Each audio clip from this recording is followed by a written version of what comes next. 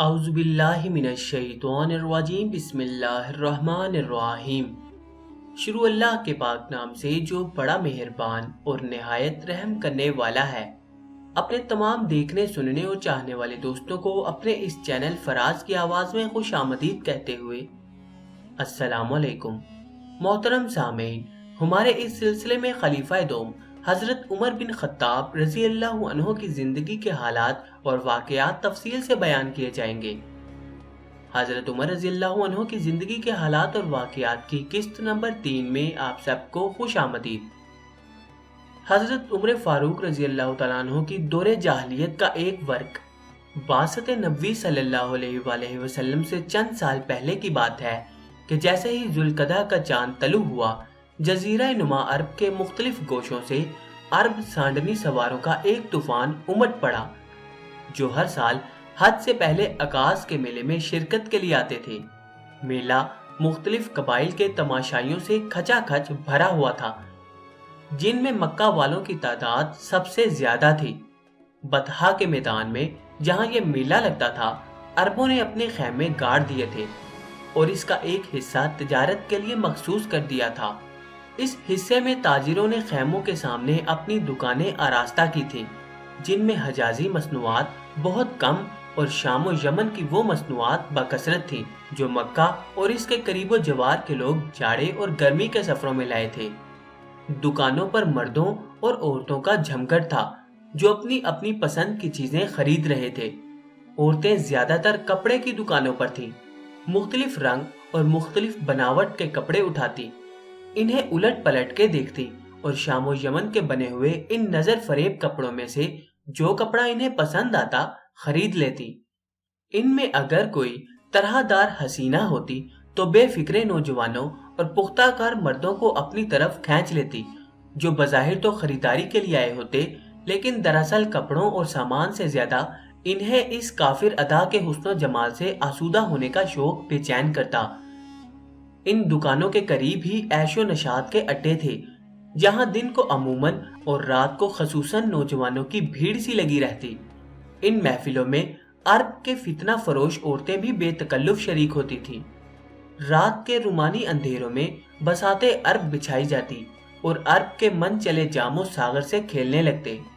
نشے کی ترنگ کے ساتھ ساتھ زبان کی بانگیں بھی ڈھیلی چھوڑ دی جاتی اور ہر طرف فکرہ بازی، چھیڑ چھاڑ اور دھینگا مشتی کا بازار گرم ہو جاتا، اور یہ سلسلہ اکثر و بیشتر ان لڑائیوں پر جا کے ختم ہوتا تھا جن کی آگ مدتوں سلگتی رہتی۔ ایک دن میلے میں ایک شاعر اپنا قصیدہ پڑھنے کھڑا ہوا۔ پہلے اس نے تشہیب سنائی، پھر فخریہ انداز میں اپنی اور اپنے قبیلے کی مدح و توصیف کی، اور اس کے بعد اس قبیلے کی ہجوم میں اشعار پڑھے جو گزشتہ سال اس کے قبیلے سے شکست کھا چکا تھا۔ شاعر کے چاروں طرف لوگوں کا ہجوم تھا۔ تشبیب پر سب نے داد دی، لیکن مفاخرت پر کچھ لوگوں نے خوشی سے تالیاں بجائیں اور کچھ ناک بھون چڑھانے لگے، اور جب وہ اپنے حریف قبیلے کی مذمت پر آیا تو موافق و مخالف آوازیں تحسین و نفرے کی چیخوں سے بدل گئیں اور تلواریں میان کے پردوں سے نکل آئیں۔ قصیدہ ختم ہونے کے بعد ایک کار آزمودہ بزرگ اٹھا اور بھپڑے ہوئے نوجوان کو سمجھا بجھا کے ان کا جوش ٹھنڈا کیا۔ قصیدہ سننے والوں میں ایک نوجوان بھی تھا، عمر 20 سال سے کچھ زیادہ، مضبوط کثرتی جسم، بالا بند اتنا کہ مجمع میں سب سے نمایاں اور رنگ میدہ اور شہاب۔ شاعر قصیدہ پڑھ رہا تھا اور وہ جھوم رہا تھا، گویا سخن فہمی کا بہت ہی پاکیزہ اور بلند مذاق رکھتا ہے۔ لوگوں کی چیخو پکار میں اس نے کوئی حصہ نہ لیا، اس لیے کہ اسے شاعر اور اس کے قبیلے کے مفاخرت سے کوئی غرض تھی، نہ اس کے حریف قبیلے کی مذمت سے کوئی واسطہ۔ وہ نہ اس قبیلے سے تعلق رکھتا تھا نہ اس قبیلے سے، بلکہ شاید وہ دونوں قبیلے اس کے وطن سے کوسوں دور کے تھے۔ اسے اگر دلچسپی تھی تو ان اشعار سے جو وہ سن رہا تھا۔ شاعر نے جب اپنا قصیدہ ختم کیا اور اس عقل مند بزرگ نے مجمع کو آشتی و سلامتی کی تلقین کی تو بھی وہ چپ چاپ بیٹھا رہا۔ ہنگامہ فرو ہونے کے بعد وہ اٹھا اور اپنے دوستوں کے ساتھ وہاں سے چل پڑا۔ وہ اس قدر تیز گام تھا کہ ساتھ چلنے والے ہانپے جا رہے تھے۔ انہوں نے اسے باتوں میں لگانا چاہا کہ شاید اسی طرح اس کی رفتار کچھ سست ہو جائے، لیکن یہ کوشش بھی اکارت گئی۔ بات یہ تھی کہ بلند قامتی کی وجہ سے اس کا قدم ہی لمبا پڑتا تھا اور آہستہ چل ہی نہ سکتا تھا۔ ہوتے ہوتے باتوں میں شدت اور کرختگی پیدا ہو گئی۔ نوجوان چلتے چلتے ٹھہر گیا، اس کی آنکھیں سرخ ہو گئی اور غیظ و غضب کے آثار اس کے چہرے سے جھلکنے لگے۔ ایک گہرا سانس لے کر اس نے اپنی مونچھوں پر تاؤ دیا اور کہا، تم مجھے اس چھوکرے سے ڈراتے ہو؟ میں خطاب کا بیٹا نہیں، اگر ہاتھ ملتے ہی اسے زمین پر نہ دے مارا۔ یہ کہہ کر وہ پہلے سے بھی زیادہ تیز چلنے لگا۔ اب اس کے ساتھی چل نہیں رہے تھے، دوڑ رہے تھے۔ یہ ٹولی اکھاڑے میں پہنچی جہاں بہت سے تندو مند اور قوی بازو نوجوان تھے۔ اس وقت ایک جوڑ چھوٹی ہوئی تھی اور ایک پہلوان دوسرے پہلوان کو پچھاڑ کے اس کے سینے پر چڑھا بیٹھا تھا۔ عمر ابن خطاب کو اپنی طرف آتے دیکھ کر لوگوں نے رستہ چھوڑ دیا اور کشتی لڑنے والے بھی الگ الگ ہو کے تماشائیوں کے ساتھ کھڑے ہو گئے۔ انہیں یقین تھا کہ عمر تماشا دیکھنے نہیں، کشتی لڑنے آیا ہے۔ عمر نے حاضرین پر نگاہ دوڑائی۔ اس کے چہرے پر ابھی تک غصے کے آثار تھے۔ اس نوجوان پر نظر پڑتے ہی جس کے متعلق رستے میں باتیں ہو رہی تھی، عمر نے اسے مقابلے کی دعوت دی۔ نوجوان مسکراتا ہوا آگے بڑھا اور مجمع کے وسط میں کھڑا ہوا۔ اسے اپنے اوپر اعتماد اور اپنی جسمانی طاقت پر بھروسہ تھا۔ اس سے پہلے اس نے عمر سے کشتی نہیں لڑی تھی۔ وہ اپنے قبیلے کے ساتھ پہلی بار عکاظ کے میلے میں آیا تھا، لیکن جب سے آیا تھا ہر مقابلے میں کامیاب ہو رہا تھا۔ وہ قامت و جسامت میں بھی عمر کے قریب قریب ہی تھا۔ عمر آگے بڑھا اور دونوں میں کشتی شروع ہو گئی۔ بدوی نوجوان کی پھرتی اور داؤ پیش دیکھ کر خلقت کا ازدحام ہونے لگا اور اتنے تماشائی جمع ہو گئے کہ اس سے پہلے کبھی نہ ہوئے تھے۔ آس پاس کی لڑکیاں بھی اس جوڑ کا نام سن کے آ گئیں۔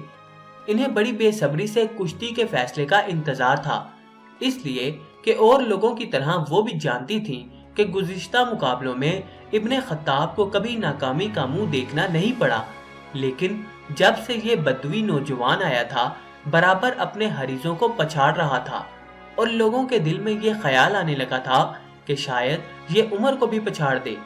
چنانچہ اس سلسلے میں بہت سی شرطیں بدی جا چکی تھی۔ جب عمر نے اپنے حریف کو کشتی لڑنے کی دعوت دی تو یہ خبر بجلی کی سی تیزی سے سارے میلے میں پھیل گئی اور لوگ اپنے کام چھوڑ چھاڑ کر آ گئے۔ ابتدا میں عمر نے اپنے حریف کو زور آزمائی کا موقع دیا اور خود صرف اپنا بچاؤ کرتا رہا، لیکن جب دیکھا کہ اس کا سانس پھول گیا ہے تو ایک دم جھپٹ کے اس کے کندھوں پر سوار ہو گیا اور دیکھتے ہی دیکھتے اسے زمین پر چاروں شانے چت کر دیا۔ فضا آفرین و مرحبا کے نعروں سے گونج اٹھی اور مجمع میں عمر کی پہلوانی کے پچھلے کمالات دہرائے جانے لگے۔ لڑکیاں اور عورتیں بھی اس نجیب الطرفین قریشی نوجوان کی تعریف و توصیف میں مردوں سے پیچھے نہ تھیں۔ تھوڑی دیر بعد سورج آہستہ آہستہ ڈھلنے لگا۔ تماشائی اپنی اپنی راہ چلے گئے اور عمر اپنے دوستوں کے حلقے میں میلے کا چکر کاٹنے لگا۔ دوست اس کی طاقت کے گن گا رہے تھے اور جواب میں صرف ایک مسکراہٹ کے امیدوار تھے، جس سے نوازا جانا گویا ان کی تقدیر ہی میں نہ تھا اور جو برسوں کی برسات میں کبھی عمر کے لبوں پہ نمودار ہوتی تھی۔ پاس سے گزرنے والے اسے بڑے اہتمام سے دیکھ رہے تھے۔ ان کی نگاہیں ان کے دوستوں سے بھی زیادہ فخر و حیرت کا اظہار کر رہی تھی۔ رات کی تاریکیاں گہری ہو گئی۔ عمر اپنے دوستوں کے ساتھ عکاظ کی ایک سمت چلا گیا جہاں عیش و طرب کی محفل سجی ہوئی تھی، اور اس محفل کی پشت پر صحرائے افق کی لامتناہی وسعتوں میں کھو گیا تھا۔ عمر اپنے بہت سے جاننے والوں کو سلام کرتا اور ان کا عقیدت مندانہ جواب لیتا۔ صحرا کی جانب محفل کے ایک گوشے میں بیٹھ گیا۔ حاضرین نے اس کی تعریفوں کے پل باندھنے شروع کر دیے۔ تھوڑی ہی دیر بعد شراب کا دور چل پڑا۔ عمران سب میں نوشوں کا سردار تھا۔ رات گزر رہی تھی اور پینے والے پی رہے تھے۔